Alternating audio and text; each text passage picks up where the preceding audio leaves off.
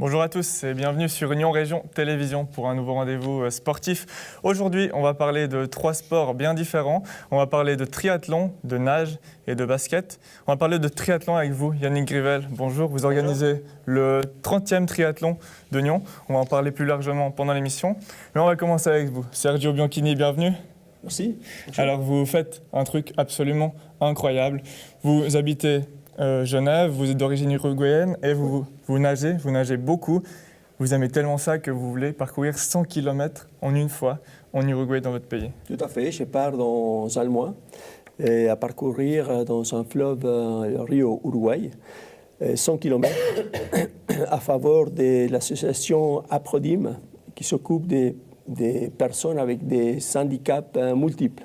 Alors vous voulez faire ça le 16 février, mais avant ça, vous avez déjà de l'expérience, vous avez déjà beaucoup nagé. Ouais. Expliquez-nous un petit peu, par exemple, j'ai noté ici, vous avez fait une double traversée du Léman, ce qui équivaut à environ 33 km. Oui, l'été dernier, j'ai fait 33 km, Tonon, Nyon, plage de la Savonnière à Genève, à faveur de l'association pour les scléroses, pour les personnes malades de sclérose en plaques. Ouais. Vous avez également été le premier Suisse à faire l'évasion des îles du Salut à Kourou, c'est en Guyane française, pour ceux qui ne connaissent pas. C'était aussi absolument incroyable. C'est quoi, c'est 13 km avec... C'était hallucinant, c'était 16 km. 16 km. 16 km, je l'ai réalisé en 5h59 avec un temps très ensoleillé. C'est très, très difficile parce que je suis habitué à nager dans l'eau relativement fraîche, froide à Genève. Et je me retrouve avec un eau à 27 degrés et avec des fortes courantes. Mais c'était magnifique, une belle expérience. Ouais. Alors vous faites toujours ça pour des associations caritatives. C'est quelque chose qui vous tient particulièrement à cœur? Oui, bien sûr, parce que nager pour mon propre plaisir, c'est très agréable. Mais si je peux mettre en service ma passion pour aider les personnes, c'est encore mieux, c'est très reconnaissant. Ça. Alors parlons un petit peu de ce nouveau défi, 100 km en Uruguay. Là, la plus grande distance que vous ayez parcourue que j'ai vue, c'est en eau libre, c'est 33 km. 100 km, ça paraît un peu fou comme ça, non? C'est une folie. C'est une folie, mais c'est un bel défi personnel, sportif et puis solidaire. Donc, j'ai préparé déjà, je l'avais pensé déjà quelques années. L'année dernière, je me mets en contact avec un ami en Amérique du Sud, et puis en lui expliquant que je voulais réaliser cette folie. Et petit à petit, il a pris une ampleur énorme en Uruguay et je ne m'attendais pas à ça. Donc, du coup, je retrouve des accompagnateurs, des bateaux, la presse. Il y a le maire, monsieur le maire, qui va mettre en disposition aussi la plage à l'association Aprodime. Et donc, c'est énorme, c'est énorme. Tout un dispositif qui est mis en place. Vous m'avez dit que vous serez suivi par des gens, vous ne pouvez pas faire ça tout seul. Vous devrez également vous ravitailler beaucoup parce que le temps, ça va être quoi la durée de l'épreuve? Vous dites 36 heures? Oui, mon allure de nage, ça sera à 3 km/h, dans laquelle je serai vraiment tranquille. Dans le sens du courant, j'imagine. Oui, exactement. Je me donne 36 heures de nage. Et il faut se ravitailler. Ravitaillement, selon mon expérience après d'avoir vécu ce que j'ai vécu en Guyane, tous les 15 minutes, parce que c'est vraiment fort, le soleil ça tape vraiment fort. Et mon grande appréhension, c'est la déshydratation, c'est la hypothermie en fait. Hyperthermie. Donc c'est le contraire de l'hypothermie. Ouais.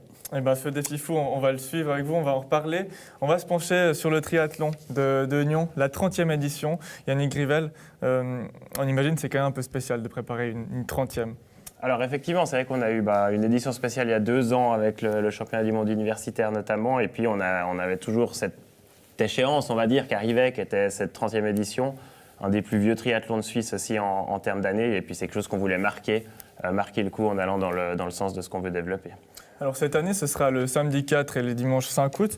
Le triathlon, pour ceux qui ne connaissent pas très bien la discipline, c'est quoi? De la natation, du vélo et de la course à pied. Chacune des disciplines de distance aléatoire selon la catégorie qui est choisie, selon l'âge de la personne. qu'on a comme volonté d'ouvrir à tous avec différentes distances justement accessibles à tout le monde, que ce soit quelqu'un de très sportif, de peu sportif ou qui veut se fixer un défi tout simplement aussi. Donc c'est un sport axé sur l'endurance surtout. L'endurance, oui et non. C'est vrai que si la catégorie découverte qu'on a, qui a une licence assez courte justement pour les personnes qui veulent découvrir ce sport, c'est pas des temps trop longs de course. C'est clair, c'est 3 disciplines quand même enchaînées. C'est pas quelque chose de facile qu'on peut faire comme ça du tac au tac, mais c'est quelque chose d'accessible quand même à tout le monde sur une durée relativement courte. Et puis il y a un peu un phénomène de mode. C'est un sport assez moderne hein, qui se fait connaître parce que, comme vous l'avez dit, c'est un sport que tout le monde peut faire. Et puis on peut le faire un peu quand on veut, aller courir, aller nager, aller faire du vélo, quoi. Exactement. C'est vrai qu'il y a passablement de monde, contrairement à d'autres sports qui le pratiquent aussi de manière individuelle, seul, sans forcément le faire de manière associative dans un club. Et puis c'est quelque chose qui s'est développé énormément depuis une quinzaine d'années à peu près, depuis l'apparition du triathlon aux Jeux Olympiques aussi, et qui continue à avoir un essor grandissant d'année après année. Parlez-nous un peu de l'organisation du triathlon. Alors, l'édition dernière s'est terminée aussi en août, et vous m'avez dit que vous avez déjà organisé la 30e à partir du lendemain, quoi.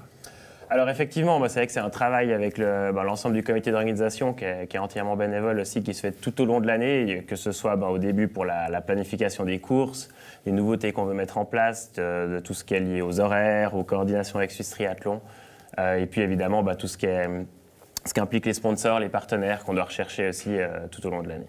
Et cette année, une fois de plus, le triathlon mettra la priorité sur les populaires. Hein. La course populaire, c'est ça que vous voulez mettre en avant, avec notamment une course ouverte à tout le monde, une course ouverte aux personnes en une situation de handicap mental. Ça va être une première. Effectivement, donc notre volonté depuis 2-3 ans a toujours été de développer cet aspect populaire, cet aspect accessible à tous, quelle que soit la catégorie de personnes, si on peut dire ça comme ça. Avec cette course découverte qu'on avait fait l'année passée, qu'on reconduit. On avait eu plus de 170 personnes l'année passée, donc un énorme succès pour que tout le monde puisse s'essayer à ce sport.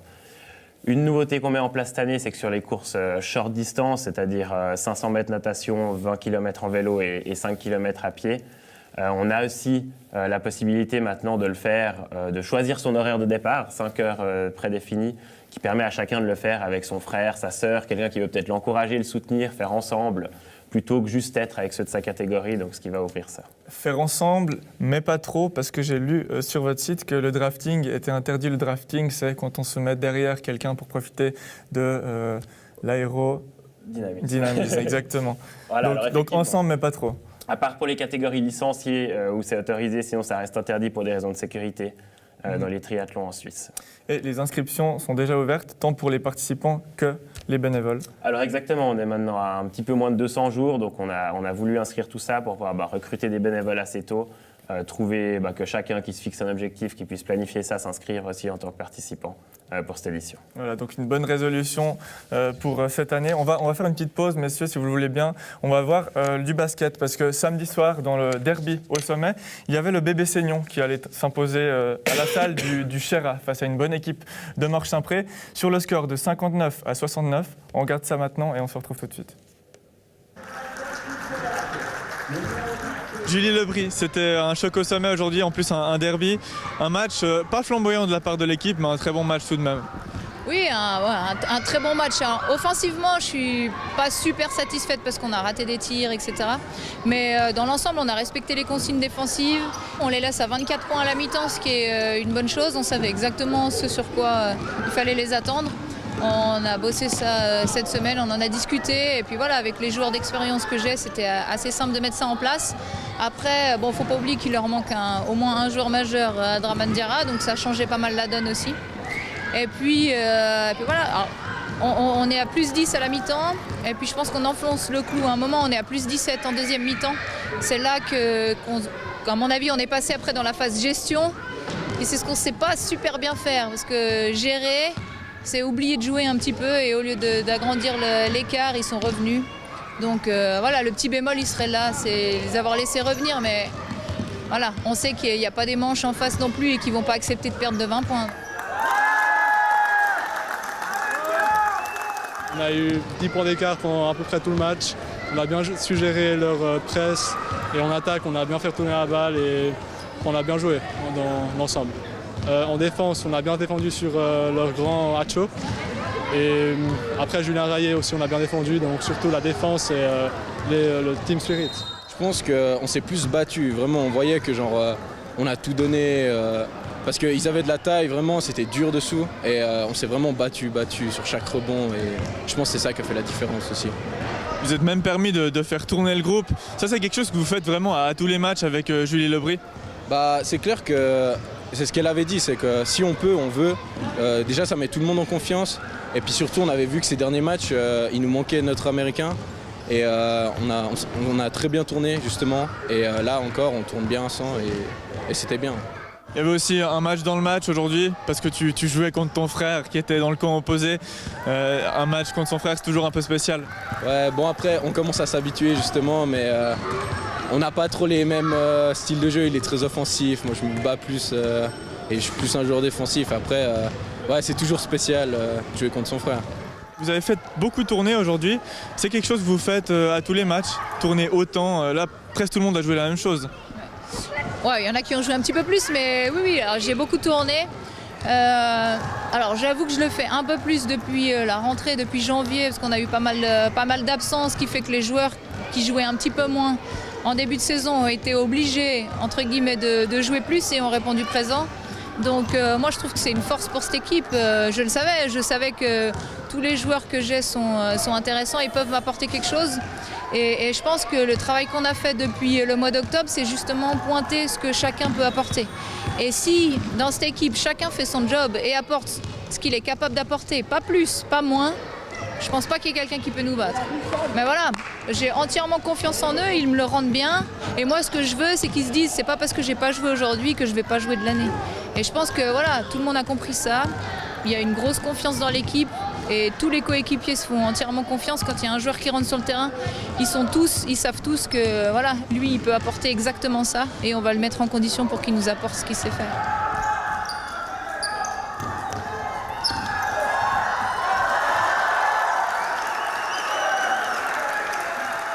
Et voilà pour le BBC qui termine premier de la première phase de championnat et qui aura donc la chance de recevoir à domicile les 2e, 3e et 4e du groupe.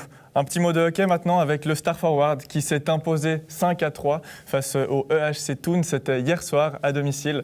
Le Star Forward qui est donc en bonne position et qui est en passe de se qualifier pour les playoffs. On va revenir à notre sujet principal qui est la natation et le triathlon. Avec vous, Sergio Bianchini. Vous m'avez dit que vous vouliez parcourir 100 km dans un fleuve. Beaucoup d'entraînement pour accomplir ça, on imagine. Hein. Oui, effectivement, beaucoup. Je fais comme je peux, hein, parce que je ne fais pas partie d'un club. Je ne suis pas le nageur qui a commencé à 7-8 ans. Donc, je nage beaucoup. J'ai commencé entre 25 et 30 km par semaine. Jusqu'à 50 km par semaine. Mais jamais 100 km en une semaine? Jamais. Ouais. Donc jamais. Ça va être une grande première. Quel regard est-ce que vous portez sur ce que veut faire Sergio? C'est clair, c'est quelque chose d'impressionnant. C'est un défi un peu fou, comme il l'a dit avant. Venant aussi personnellement de la natation, je vois aussi ce que ça implique. Et puis, 100 km, c'est juste un nombre énorme, mais qui doit être incroyable quand on arrive au bout à la fin du défi. Ouais. Incroyable et faisable, Sergio? Oui, je suis tout à fait confiant par rapport à... Quand je regarde d'où je viens, les parcours que j'ai fait en la natation et ce que j'ai fait actuellement, je me dis toujours que c'est possible. Votre parcours dans la natation, rapidement, il a été un peu compliqué. Vous avez commencé très tard à nager. Oui, j'ai appris à nager à 17 ans dans un club de water polo dans lequel j'ai fait 2 ans. Okay. Puis après, je n'ai plus jamais nagé jusqu'à l'âge de 41 ans.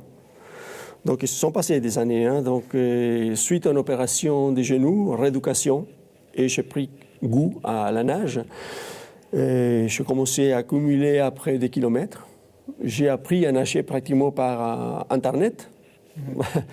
Et puis, regarder l'hydratation, la nourriture, et puis accumuler des kilomètres dans différentes associations. Et en 2013, j'ai fait ma première traversée du lac en faveur des personnes avec la mucoviscidose. Et depuis, vous ne cessez d'enchaîner exploit après exploit. Oui, parce que ça a accumulé en fait. De 2013 à 2017, j'ai concentré énormément des exploits comme ça. Oui. Pour un triathlète, la natation, c'est un élément très important. C'est là où on peut gagner ou perdre une course. Alors effectivement, puis c'est aussi ça qui peut freiner peut-être des personnes à essayer un triathlon. C'est dans le lac quand même, à part pour les enfants, ça peut vite être stressant. Pas forcément le plus difficile, mais stressant.